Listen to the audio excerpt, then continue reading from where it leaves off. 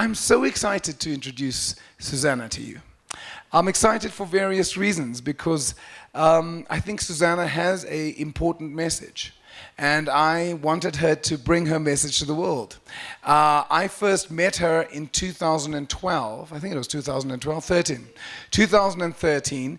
I shared a stage with Richard Branson and many other speakers, and Susanna interviewed me. At the time I met her, she had very long black hair down to about the bottom of, the lower part of her back, and she was this bubbly, radiant being, and she was just full of energy.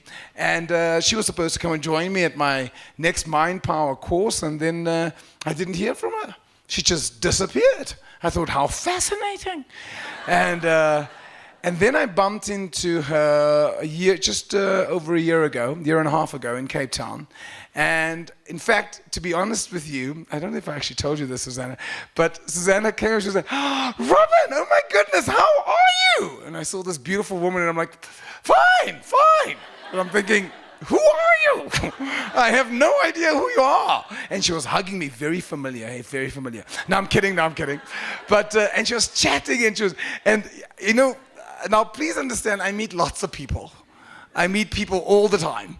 And so I'm trying to pin while she's speaking, where do I know her from? And I'm like, yes. And so you've done the Mind Power. No, don't you remember? I didn't do the Mind Power. I got sick. And then she mentioned Richard Branson. And I'm like, Susanna Kennedy? And she was like, don't you recognize me? I'm like, well, hello. I mean, you've changed. She had short hair. Can't believe how much it's grown in a year and a half. And then I discovered that actually she had lupus and she almost died. She literally was on her deathbed and she had to go through chemotherapy. And she told me a story, I hope I'm not stealing her thunder, which I thought was so powerful, that she actually had to have chemotherapy. And they used to, they literally pumped it. And she says, this cold medicine that goes into your veins. And I said, how did you deal with it? She says, I just kept visualizing how beautiful this chemotherapy was and how it was transforming and healing my body. That's Mind Power. Because most people think, ooh, chemotherapy. Okay, how much? Quick. But if you actually start feeding your mind and accepting it, so her story is powerful. She told me about how she could hardly move, hardly speak. And today you will see a very vibrant, energetic woman who is completely healed. Her hair is growing and she's on a mission and she's on a purpose. And tonight is her first presentation. So, yeah. So I said to her, how are you doing this afternoon? She said, I'm nervous. I said, good. She got some butterflies. I said, it's good to have butterflies. Just make sure they fly in a straight line. That's your job. So I really think that we're in for a treat. And I'm really looking forward to hearing your message, Susanna. She truly has a gift. She's a natural speaker. I believe some people are natural speakers. I've seen her speak before. But she's got the right kind of energy. But more importantly, I think she's got a good message. So please would you help me welcome my good friend, my producer, the beautiful, the vibrant, the amazing Susanna Kennedy! Good morning. Can I get volume on my mic? More? Up on your feet, everyone. She wants you to get up. Got to get some energy back in the room. Let's get up on our feet and clap our hands. Thank you, Robin. And turn this way and give it a little shake. Come on, everybody, shake it out. And turn around and give another shake. And rub the person's shoulders next to you. Rub them down their back. Go low. Woo! You guys aren't cross. And clap your hands. And jump like bunnies. I see you at the back there, not jumping. I see you, a beautiful bunny back there. Good job. And clap. Are you feeling warm? Are you sure? Have you danced enough? No. Okay. And turn around. And turn the other way.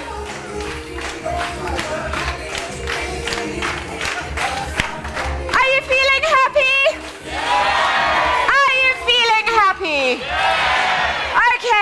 can bring the sound down. You can all have a seat. Hello, everyone. It feels really weird being the person that Robin's introducing, because I'm usually the person introducing him. How many of you have seen me introduce Robin before? Hello, old friends. Who hasn't seen me introduce Robin before? Okay, hello, new friends. Welcome, welcome, welcome. Who's not sure? I'm glad nobody's lying in this room tonight. As Robin said, I met Robin in 2013. It was, at that stage of my life, I look back and I call that my previous life. It's like I've lived two lives in one body, and the one ended in 2013, 2014. It was a kind of a slow death. And then I started a new life at the beginning of 2014. One thing you must know is I've got a sense of humor, and I find the funny things, the funny side of everything. So don't look with gloom and loom at me and this story, because it really is a story of hope. And that if your soul is in alignment, and if it is right for you to be here, then you will be here, no matter what happens. And all of you are here tonight, and that is for a reason. I always ask a question: what is the one thing that men and women throughout history have in common that have changed the world? The ones that know don't answer. Newbies, any ideas?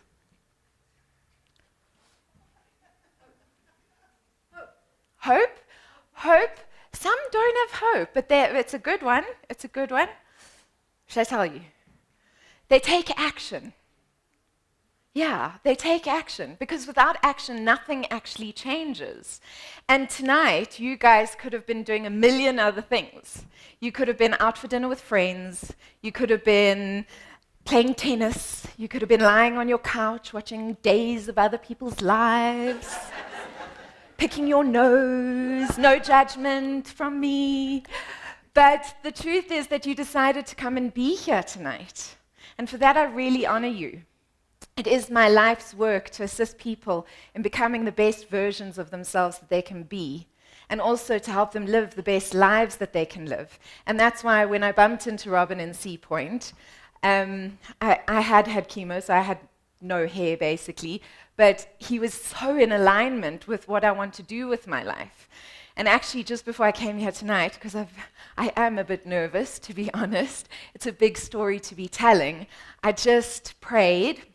And when I pray to the universe, God, I believe all rivers run to the same ocean. So it's Buddha, Allah, Krishna, God, universe, angels, fairies, whoever's out there, they can lend me a hand. You know, it's all connected, and that's what I'm talking about. And I just prayed and I said, I hope that tonight I say things that touch your lives and can assist you to be inspired to either make some changes or to grow in some way. So that's what I'm hoping I will do here tonight. Be patient with me. This is my first time, and I will do my best to honor your presence here.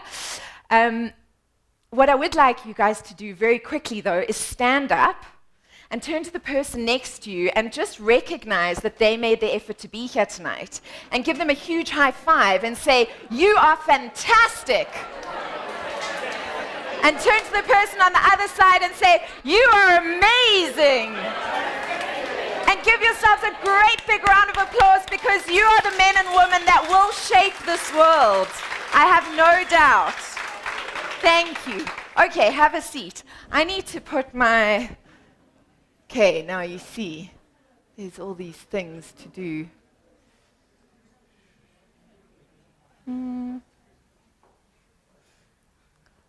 Okay, I've called it Forgiveness Fred. There, okay. Let's see. Did it go?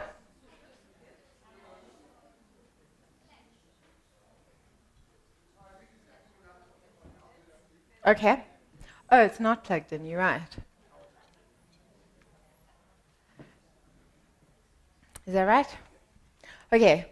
So another man who I absolutely love and respect, and Robin was actually talking about him earlier, is our wonderful Nelson Mandela. There is another man. Sorry, Robs. Sorry.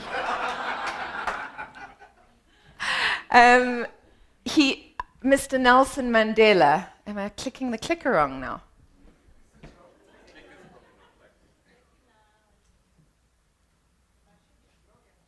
It's broken. You touch this button. See, I'm usually on the other side of this, and then I'm like in control. Okay, all right, now we're getting going. Okay, so Nelson Mandela was a fantastic, extraordinary human being. We all know this. But I really don't think that he made the decisions that he made thinking that he would have the impact that he had on this world. I think he had a deep desire to create change. And he was going to do what needed to be done to create that change no matter what. And one of the most powerful things that I think Mandela did, which made not only a huge change in this country, but also impacted the entire world and made them sit up and pay attention, was he forgave. Forgiveness is a huge, huge, huge gift, not only for the person you're giving it to, but also to yourself. And when he said this, as I walked out the door towards the gate that would lead to my freedom, I knew if I didn't leave my bitterness and hatred behind me, I'd still be in prison. I want you to just think about that for a moment. How many of you are in prison at the moment?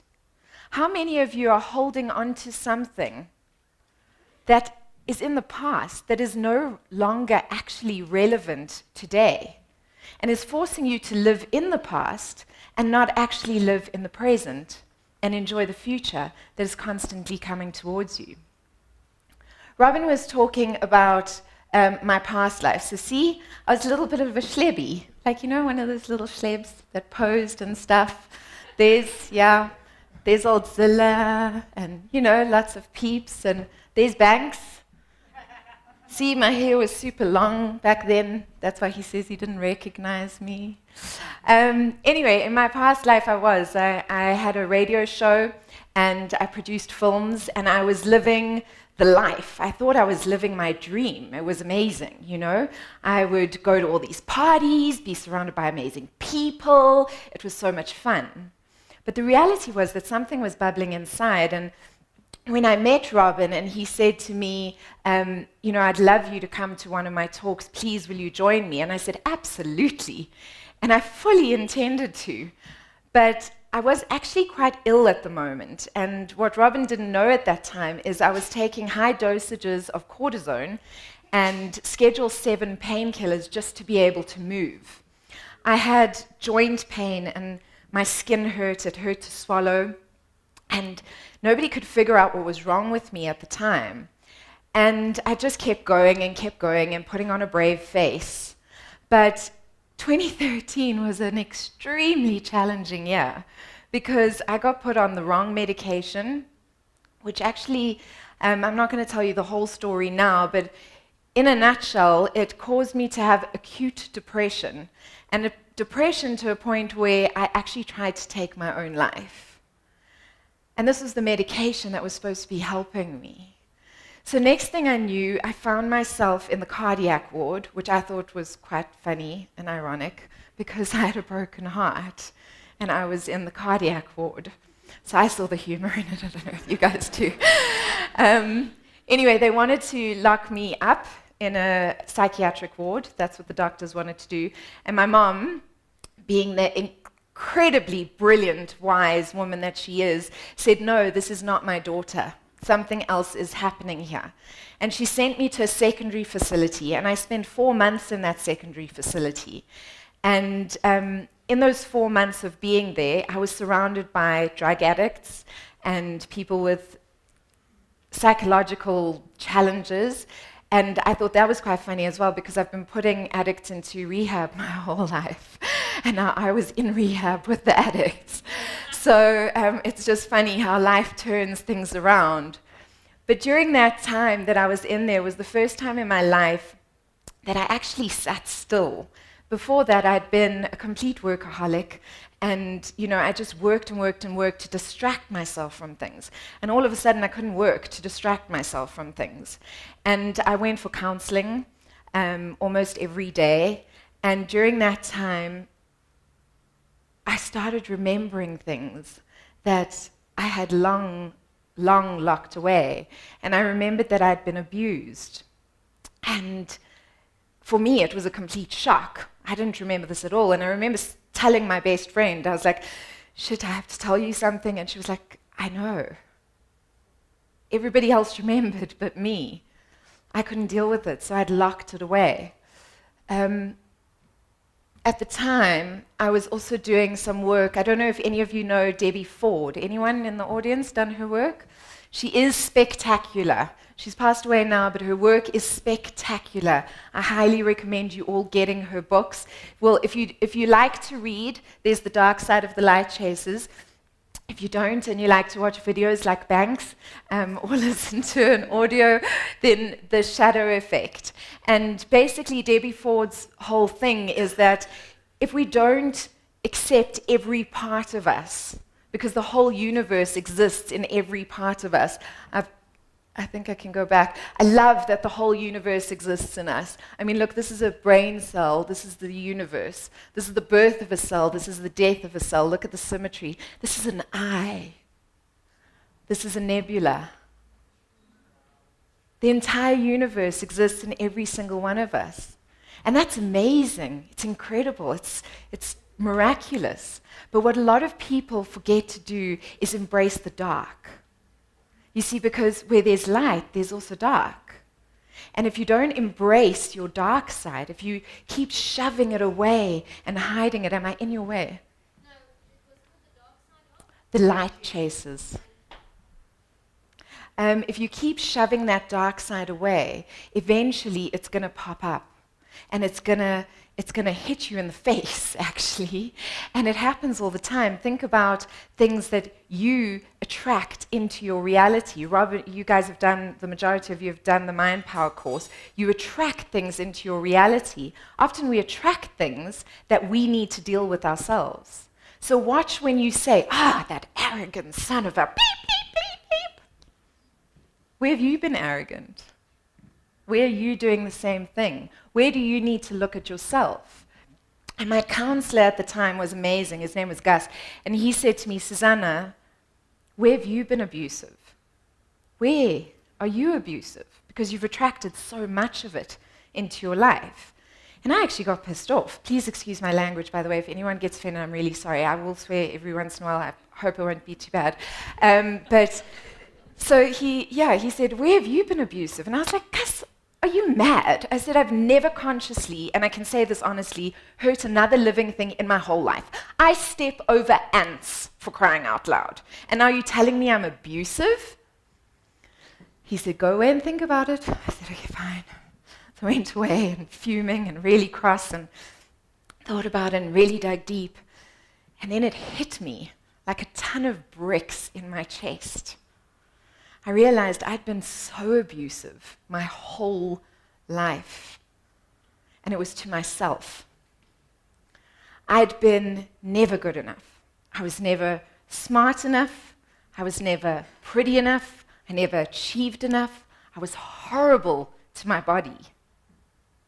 And in that moment, the only way I can explain it is that myself and my body split.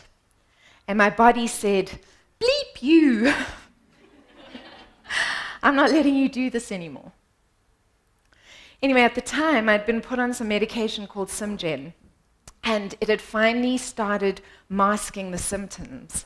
So I was able to function again, which was fantastic. I was able to run, I was able to exercise, I was able to talk, I had clarity of mind. It seemed like my life was coming together. And what I didn't tell you earlier on is back in those days where I was all schlebby and all of that and interviewing people, I met a guy. You know when you meet this other person and there's like this big spark and you just feel this real connection. And that's how we felt about each other. It was like palpable. People kind of, you know, when they turn around, it's like, what's going on back there, you know? That's what it was like. And anyway, he was in a relationship at the time, and I have very strict moral rules, so neither of us, and he did too, so neither of us ever acted on it. But as I came out of the rehab facility, I got a call from him out of the blue. And he said, listen, I've started this project, and I know you want to help people, and I know you want to, make people live good lives, and I think you'd be perfect for it. Are you free? And I was like, yes, absolutely. This is amazing. This is what I've been waiting for. And plus, I'm no longer with my ex. It's like, sweet. I was very happy about that. And so we spoke on the phone for about a month and a half.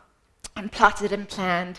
And you know how it goes, girls especially. Guys, you're not so bad at this, but girls, we like start planning ahead, like the marriage and the kids and the old age and, all of that. It all happened, in my mind. And then he flew out to South Africa, and he lives in England, and he flew out to South Africa, and we went away for a weekend with friends. So it wasn't like just a one-on-one romantic, thing. It was with friends, and we had that night. The night, girls and guys, where you sit up all night and you tell each other your deepest, darkest secrets and realize that every single thing that you've ever been looking for in a human being is right there in front of you. In fact, I felt like we pulled out our lists. You make a list? That you tick off. We pulled out our lists, and he ticked everything in mine, and I ticked everything in his. And in fact, when he explained the house that he had built, my library was in that house. I was like, thank you. I'm moving up. This is great. Anyway, those 2 days ended, and I needed to go and spend Christmas with my family. And he needed to go to spend Christmas with his family. And we kept in touch, and we kept in touch. But I started getting sore again. I started feeling the pain returning to my body, and this time it was different. Before, I knew that I was in trouble, but this time, I knew I was dying. I could feel it. And so I decided to be a coward. And I sent him a message and said, this isn't going to work. I think we should just be friends, because I didn't want him to go through watching me disintegrate. And I prayed, and yes, I've got such a connection to Source, but I prayed and I said, God, Allah, Buddha, Krishna, Jesus, Mary, fairies, anyone out there, I know I've stuffed up, because I totally believe in the mind-body connection, and I had been horrible to myself. So I said, I know I've stuffed up, but I really want to stay. And I promise if you let me stay, I will make it worthwhile. But at the same time, if it is my time to go, then I will accept that gracefully. And that was my first true moment of surrender. I didn't know what surrender meant before that. But what it really means is giving over the outcome, but doing your best in the meantime. Within 2 weeks, I was in ICU. I was having brain seizures. My organs were near failing. I'm a very big overachiever. Most people get lupus in one organ. I decided to get it in every single organ except my heart. So they were really panicking. They didn't know what they were going to do. And in the meantime, every waking moment that I had, anything that I saw or heard, I would tell my mom that I needed to get it done, And he was messaging me and messaging me and messaging me. And I couldn't respond. What was I going to say? But he kept messaging and phoning. Plus, I couldn't really see or hold a phone. But I could hear the messages, and I kept getting told. So eventually I told my best friend, I was like, just tell him I can't speak. Just tell him that I can't be there right now. I'm not in a state to be there. And the next thing I knew, I opened my eyes, and there was the most, I hope it's the next slide, the most ridiculous bunch of flowers I'd ever seen. It was embarrassingly huge, and I felt so blessed, and I thought, oh wow, he is still thinking of me. But this is where I was. That was the reality. Anyway, I was actually fine the whole time that I was sick, by the way. I know that sounds weird. I was in extreme agony, but my spirit was fine. The only thing I found difficult was watching my parents suffer and the people I loved. That broke my heart. But the rest of the time, I was actually okay. I wasn't suffering. There was just 2 days that I really suffered. And it was because I've got these tiny, I don't know if you guys can see, but little miniature veins. They're not very helpful when you need to stay on a trip 24/7 to be kept alive. And they usually use children's needles for my veins. But from being in ICU and all of this, everything had just exploded. It was like a battlefield, my poor body. And let me paint you a picture actually. So battlefield arms and legs, and then very skinny and gaunt, hair down to here dirty in a plait, big rings under my eyes, very gaunt and like no color in my face. And then from the waist down, something magical happens when you take cortisone. I don't know if you guys have ever experienced this, but I became a toddler from the waist down. Like literally a toddler. From here down, I was a size 6, I was a 12. A size 12. I even had, you know the fold? You know the fold that toddlers have? I had that fold. And cankles. Hairy cankles. I was really my worst self. And that night, after my veins were doing their thing, and I insisted that they carry on trying getting this needle in my vein because they wanted to put one of those, what they called? Shunt. In my, that freaked me out a bit. I was like, I don't want to shunt in me. Ugh. You know, so I was like, no, you keep going. So it took 5 hours for the nurses to finally get my veins not to explode. And I've still got a tiny scar here because that's where they got it eventually. And I almost strapped my arm to the bed so that it wouldn't move because I was so scared that I would pull it out or it would explode or something. So I hadn't slept. And I woke up the next morning and the physio came and he assisted me and walked just a few meters every day just to try and keep things going. And I remember walking down the passage and through this haze because I couldn't see, with my oxygen mask on and everything, I saw this silhouette. And I was like, shit.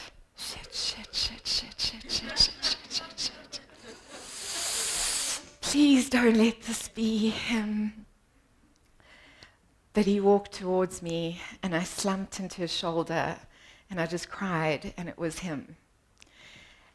And he took me back to my room and I sat there and I couldn't talk much. I was just, you know, when you like that not pretty hot mess where it's like just snot and that was what I was, sitting there saying, well, you know, sorry you've come all the way from England to see this, but I'm having emergency chemo. It's the last resort.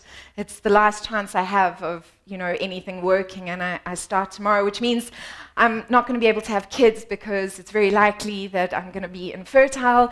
And so, you know, I'm glad you came, but, you know, sorry you wasted your ticket. And he was like, no, I'm going to get you the best doctors and we'll hire fertility specialists. And if that doesn't work, we'll adopt. And I was like, what? And I thought, this can't be real. And he was like, it is. And I must be honest, by the time he left, I had some glint of hope in me, you know, that this guy was for real, that this was going to actually happen, and that maybe the chemo would work, and then maybe I would, you know, move to England, and then he would come to Cape Town half the time because I love Cape Town summers, and I would have that library, and we would have kids and all these things. The next day, I had my first course of chemo. The night before, by the way, I did a John of God healing. I combined, I didn't only do chemo to get better. I combined a whole lot of things that the universe truly guided me to do, which I can share with you another time. But that day I started my chemo, and because I was so weak and my veins were just not behaving themselves, it took 9 hours to do that first chemo. And Robin explained it somewhat, but I had to make peace with it because I was a homeopathic baby. I don't know if any of you are into the natural way of things, but, you know, before I got sick, I was like, this is the way you do things. And when I surrendered, I always tell that joke. I don't know if you guys know the joke about the guy in the flood. there's a guy in the flood and he's climbing the tree, and this dinky boat comes along, and they're like, climb on, climb on. And he's like, no, don't worry, God's going to save me. And this ship comes along, and they're like, climb on, climb on. He's like, no, don't worry, God's going to save me. And he gets to the tip of the tree, and he's hanging on the branch, and this helicopter comes, and they put down the rope ladder, and they go, climb up. And he's like, don't worry, guys, God's going to save me. And he drowns. And then he goes to heaven, and he's like, God, why didn't you save me? And he says, I sent you a dinky boat, I sent you a ship, I sent you a helicopter. Why don't you climb on? You know, a lot of us walk around through life going, this is the way we do things, you know? I challenge you all to take those blinkers off and just start paying attention to what the universe brings you, because it will bring you gifts beyond your wildest imagination if you do. And that's what I did. So I did the chemo, and I made peace with it. I pictured it as white light. It was ice cold, and it really doesn't feel great when you have chemo. But I felt this ice cold stuff, and I hate being cold, going into my veins. And I thought, okay, I have to make friends with you. Okay, you're a beautiful white light, and you're coming into my veins, and you are healing me as you go. And that's how I made friends with it. Anyway, I didn't hear from, I'm calling him Fred, just by the way, just to not give away names. I didn't hear from him the next day, or that day, or the week after. And so I sent him a message, and I said, look, I know that was huge. It was a lot, you know, to swallow. I really am looking fantastic at the moment, and I understand why you're so attracted to me in that situation. But I would really love to hear from you. Nothing. 2 weeks later, nothing. So I sent him another message, and I was like, hi, I know it was a lot to swallow, but please just contact me. Nothing. And then I saw a picture on Facebook. God bless social media. And on social media, I saw this picture of him and this other beautiful woman. And I sent him a message, and I said, please, can we just at least talk? I just need some closure, you know? And nothing. Anyway, a little while later, he came to South Africa, and I knew he was here. And so I sent him a message. I said, please, can we just see each other and talk? And he said, sorry, I don't have time, but follow me on social media. I'm about to go off with, you know, whatever her name was, to go and do what we were supposed to do. And I was like, it takes a lot for me to get upset, but once I do, that's my shadow. I have a sharp tongue, a very sharp tongue. And yes, it takes a hell of a lot to get me there, but once it's there, I feel terrible afterwards. It is my shadow. Anyway, I was reading at the time. What was I reading at the time? Oh, this is what I was reading at the time. A Course in Miracles, which is another phenomenal book. If you guys can get through it, it's about this thick. If you can't get through books that thick, I recommend A Return to Love by Marianne Williamson. And in A Return to Love, I hadn't done a Mind Power course, so I didn't know about weeding and all of those things yet, but she's got this thing when you are desperate and you can't get something off your mind, give it to God, you know? And it's up to you guys. You can call it Buddha, Allah, Krishna, the universe, you know, whatever it is, but give it away. And the saying goes, God, take this monkey off my back. And you can even just say, take this monkey off my back. And so I took Fred off my back, like that. I literally just repeated, take this monkey off my back, take this monkey off my back. The thing is, with the universe, it's got your best interests at heart. Sometimes that's a real ball ache, because it makes you face things you don't want to face, you know? And so a year later, there I am, happily back on my feet. The doctors thought that if I got into remission, it would take 18 to 24 months of chemo. 5 months later, I was in remission. So I had accelerated the healing process because I was doing my best. I did all kinds of things. And I was on my feet, and I was trying this, and I was trying that, and then I bumped into Banks, and I was like, yay, now I've got like purpose again, it's fantastic. And then somebody I knew needed a phone number. And guess who the only person I knew that had this phone number was? Damn Fred, you know? And I was like, ugh. I tried everything to get this phone number. I couldn't get the phone number. So eventually I just thought, okay, Susanna, suck up your pride. And I contacted Fred. I sent him a WhatsApp, like very casual. Hey, it's been a long time. Listen, I need this dude's number. Can you send it to me, please? I'd really appreciate it. Wishing you all the best, Susanna. Nothing. I wasn't surprised, but, you know, a girl can hope.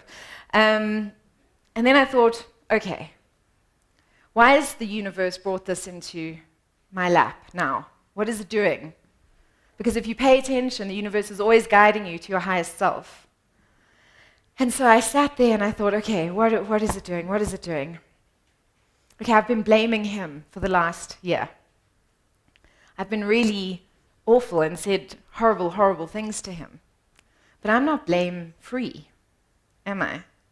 I chickened out of our relationship before he chickened out of our relationship.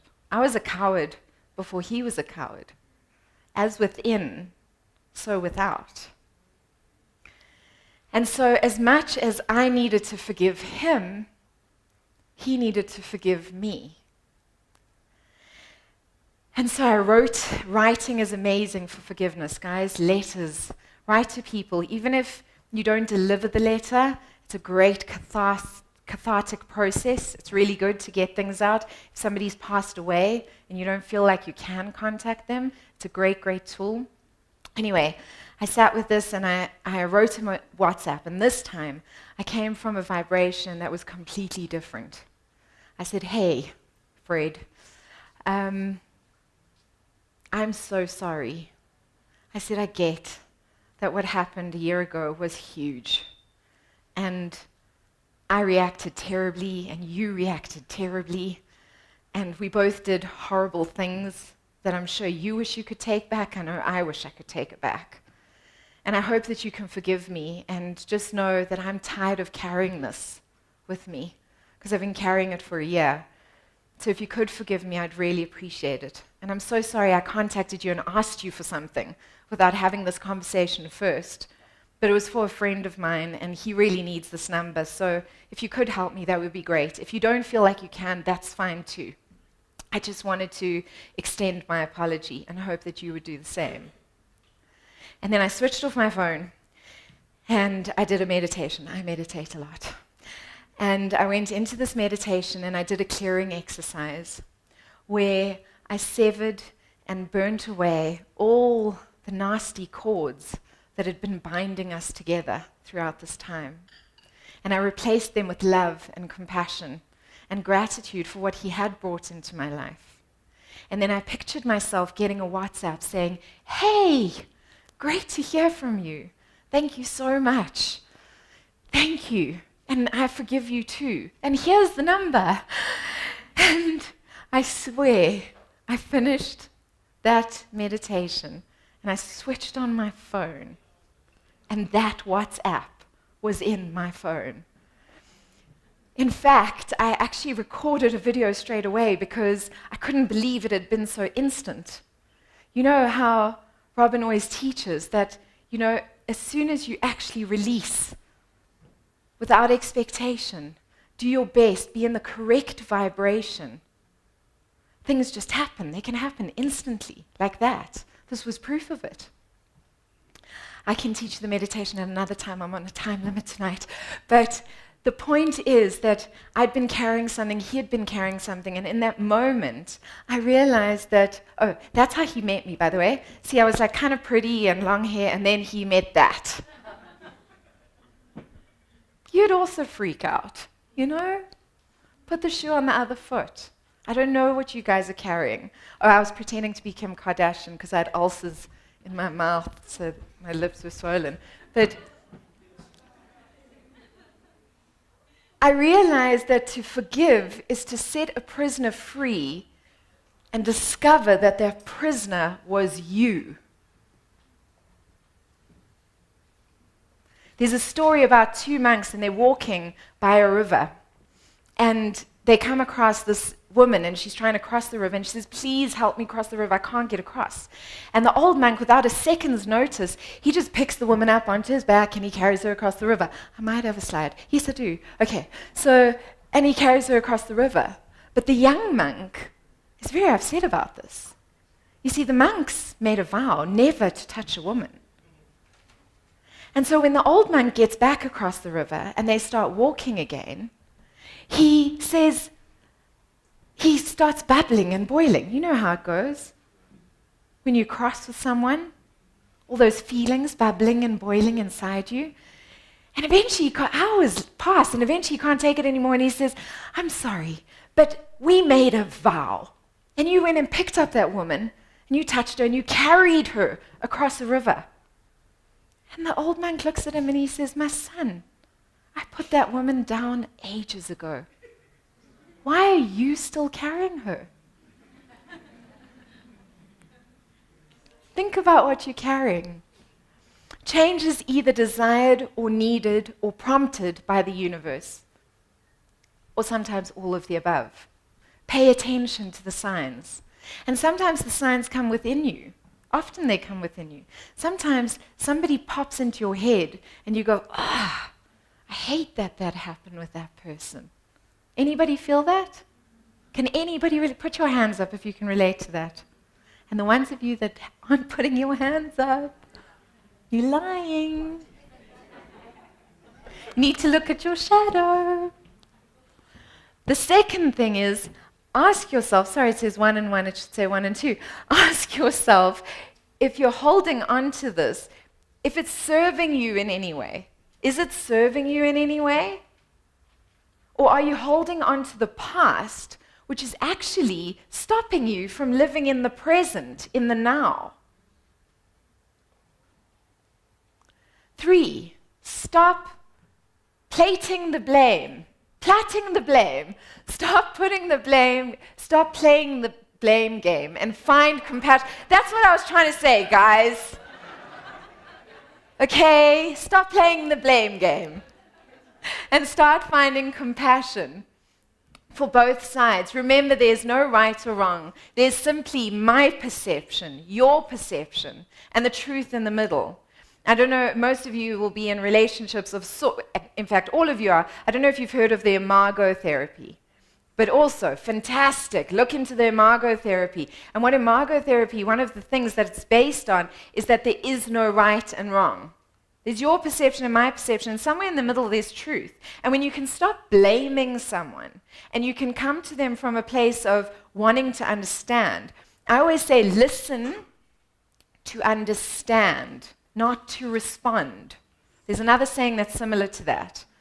But listen to understand, not to respond. If you bring that energy and vibration into your conversations, I can promise you that your life will change. Dramatically, just that simple little thing. Decide you're going to do your best to resolve the situation and then just do it. This is my 21st birthday. I had an all-girls party. That's why my dad is dressed as a woman. A medieval woman. Before my 21st, I didn't really have a dad because, as I said, I was abused when I was little. I grew up very, very lost, and I met this fantastic human being when I was 4. But he came into my mother's life, and I thought he was incredible. He played guitar. I thought like Bob Dylan. My mom said he sounded like a drowning cat, but at the time, it worked for me. And he rode bikes, and I thought he was super cool. But we never bonded or connected, and because of the abuse and everything that was going on, I grew up feeling very isolated and like I didn't have a dad, like a dad, somebody who looks out for you and actually looks for your best interests. And so I went pretty wild. And I was the girl on the bar counters feeding everyone tequila, and imitating cartoon characters for drinks. Anyone else? No? Okay. Just me. Anyway, when I was 20, something shifted, and I didn't know what it was, but I was very grateful. I suddenly started being more included. I felt like I was more included. And on my 21st birthday, Rob stood up in front of my family and all my friends, and he said, I don't have many regrets in life. But when Susanna was 6 years old, she came to me and she said, Robbie, can I call you Dad? And I said, no. you've got your own Father. And I'm standing here in front of you all today, and I'm saying, please call me Dad. And like I'm boiling up now, and like you are, so that's part of you. Everybody was in tears, you know? And me being the love monster that I am, I was like, yes! I've been waiting for this my whole life! And I attached myself to him, and I have never let go.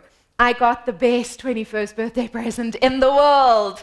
I got a dad, and not only any dad, I got the best dad. And when I talk about starting my life over when I was in hospital and I was like an infant again, I couldn't function, he was there. He was sitting by my bed. And I'd never experienced that. It's never too late, guys. You've just got to decide that's what you've got to do and go and do it. And you know what? If it doesn't work out the way you think it's going to work out, at least you'll know you tried. You know? So you won't be carrying it anymore. You'll know you did your best. Oh, that's me at 6. I thought I was ballerina. So the last point is surrender to the outcome. Remember that when you forgive someone, I love words, ask Robin, I'm always like pulling words apart. But when you forgive someone, you give them the gift of freedom. You are giving a gift for them by forgiving them.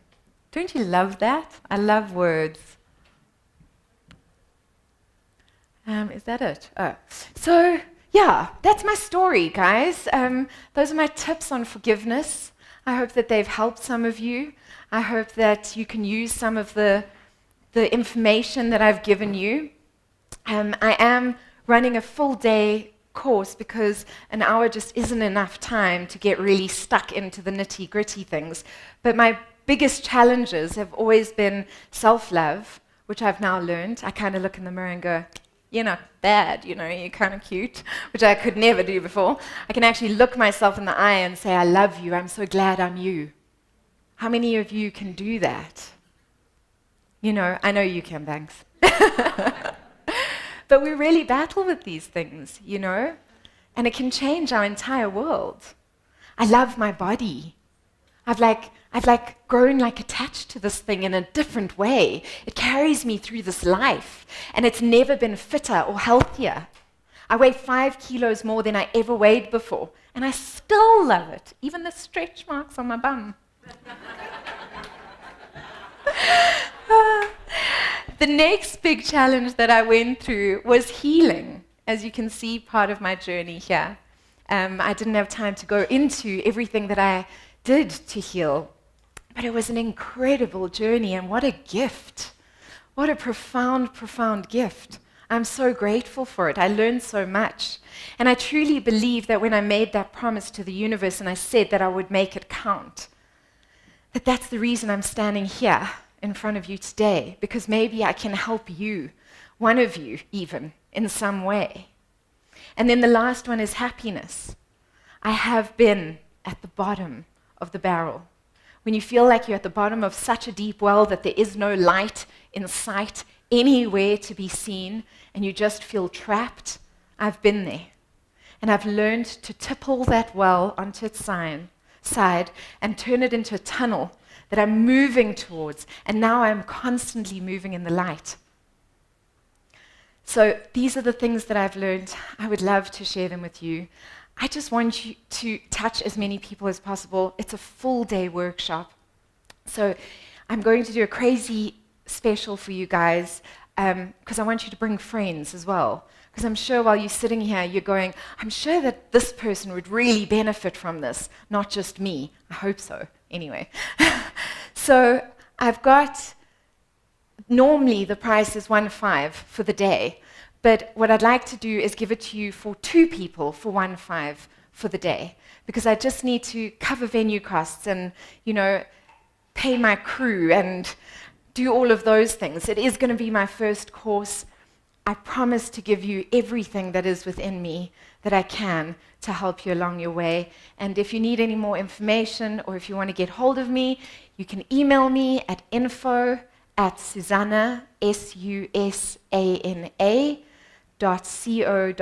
You can also check out my website. But you can also, if you want to take advantage of this special tonight, go speak to Yvette and the team at the back.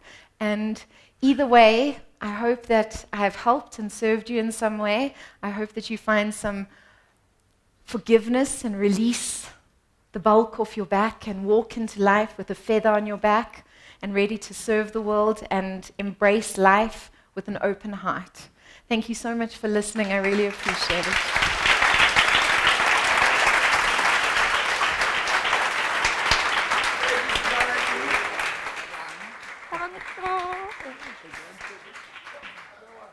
Oh. I'll get it.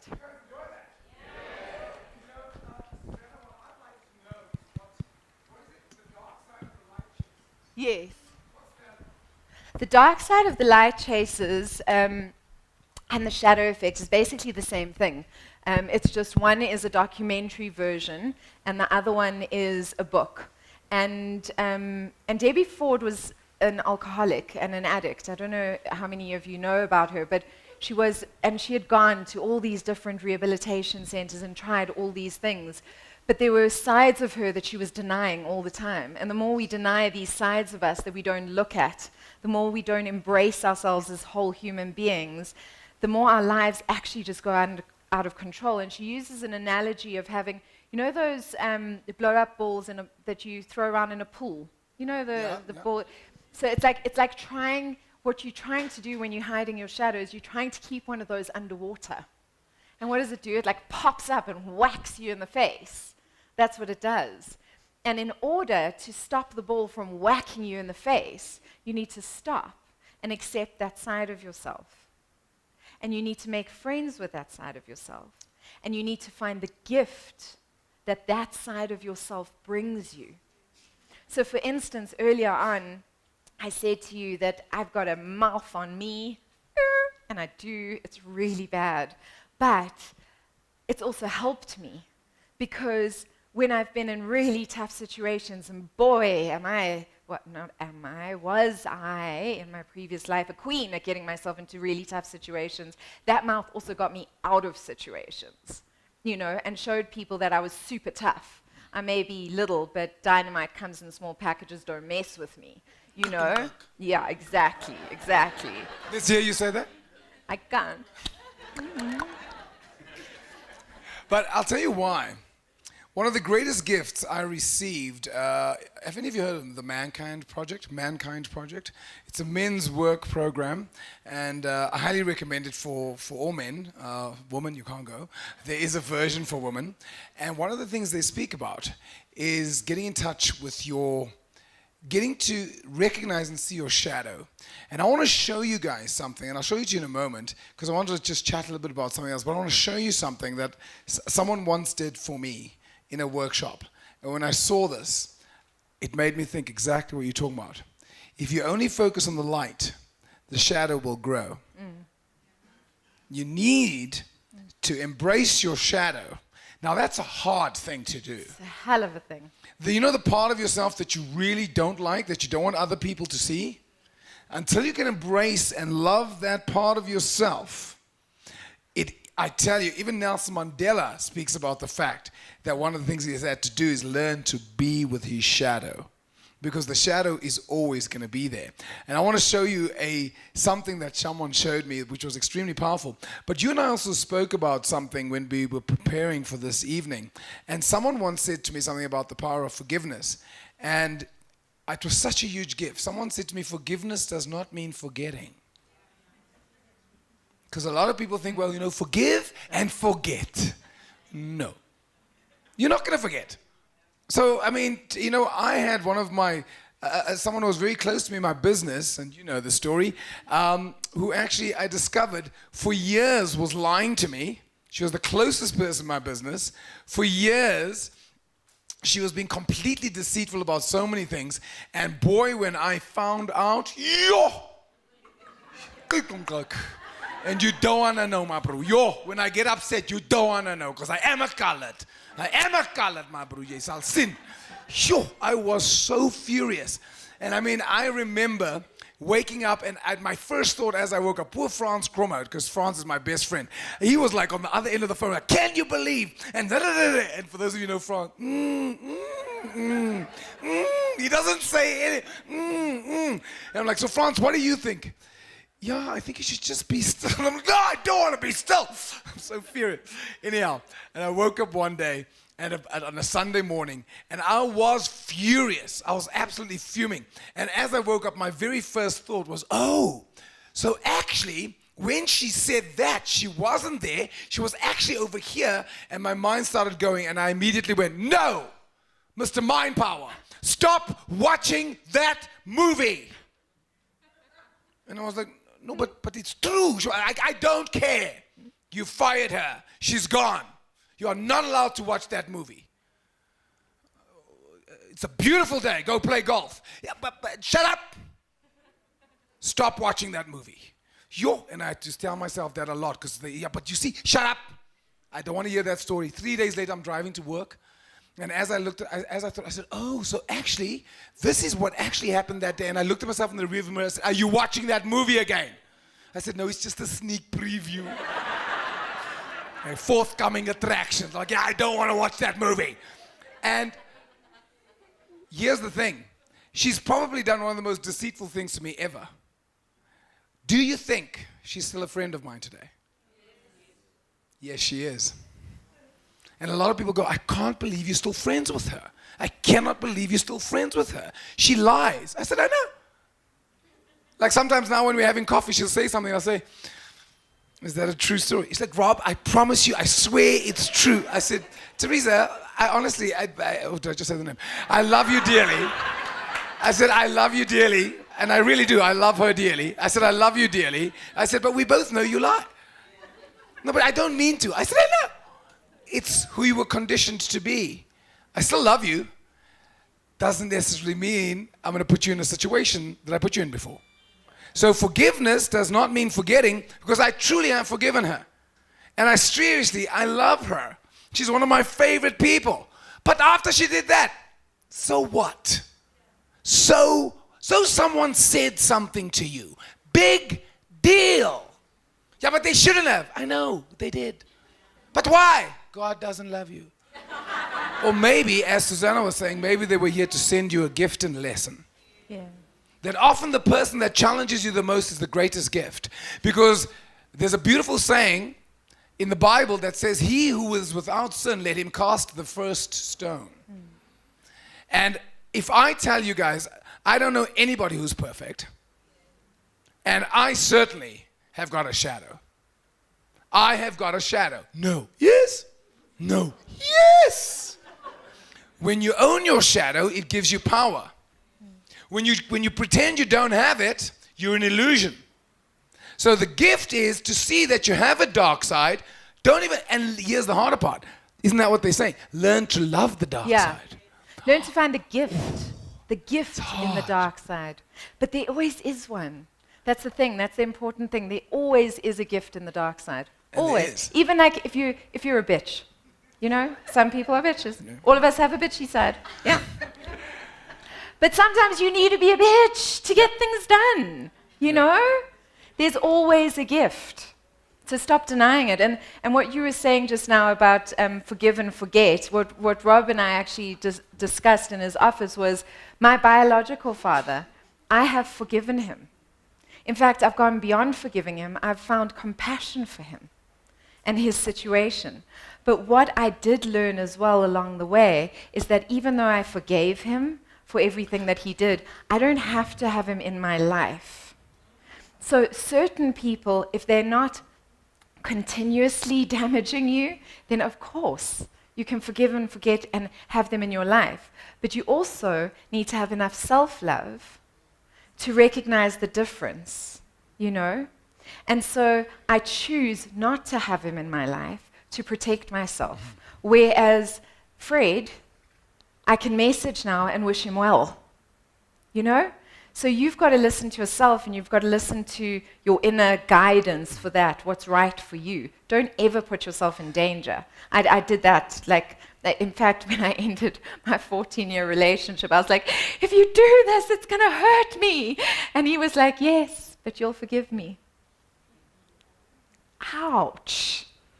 That was like one of the nails in the coffin to my divorce, because I'd always thought he had done it unconsciously. But when somebody is constantly, consciously doing something that knows they're going to hurt you, take yourself out of that situation.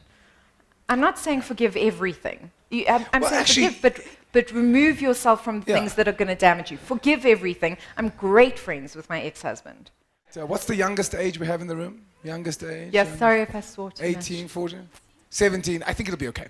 So this guy goes to see a lady of leisure. Yeah, she looks much mature. You know? This guy goes to see a lady of leisure, and as he takes off his shoes and socks, she says, "Oh my goodness!" She says, "What happened to your toes?" He says, "It's a very bad case of mitosis." And she's like, "Ooh, terrible!" So he drops his pants. She says, "What happened to your knees?" He says, "Measles. I got measles." She's like, "Oh my gosh!" He drops his underwear. She says, "Oh, so you got smallpox too?" Oh no! Terrible. Sorry. Sorry, I have no idea where that came from. Forgive me. It was your mitosis. So I think, for me, the gift in forgiveness, the person who gets the greatest gift from forgiveness is not the person you're forgiving, but you. Because you stop holding on to the resentment. And anytime you're holding on to resentment towards someone else, you're investing energy into that situation because you keep playing the movie.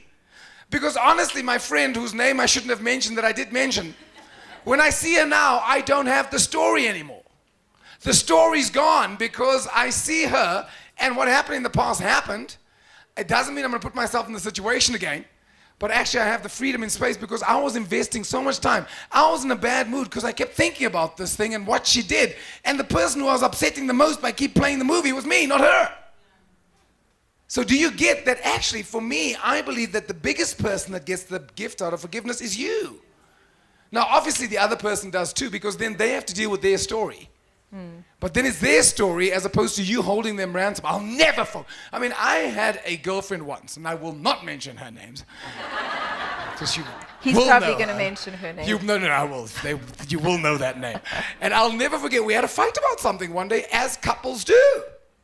People have fights in relationships? Yes. Even with me? Yes. No. Yes.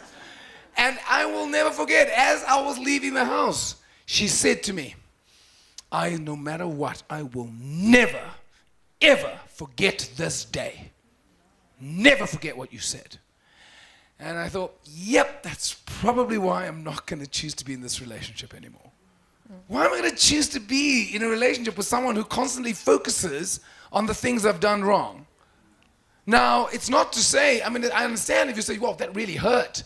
Geez, I'm still hurt. I'm like, yeah, that's it. But to say I'll never ever forget, I'll never ever forgive you for this. It's like, I'm actually cool. That's just what I needed to know because I don't want to put myself in that situation.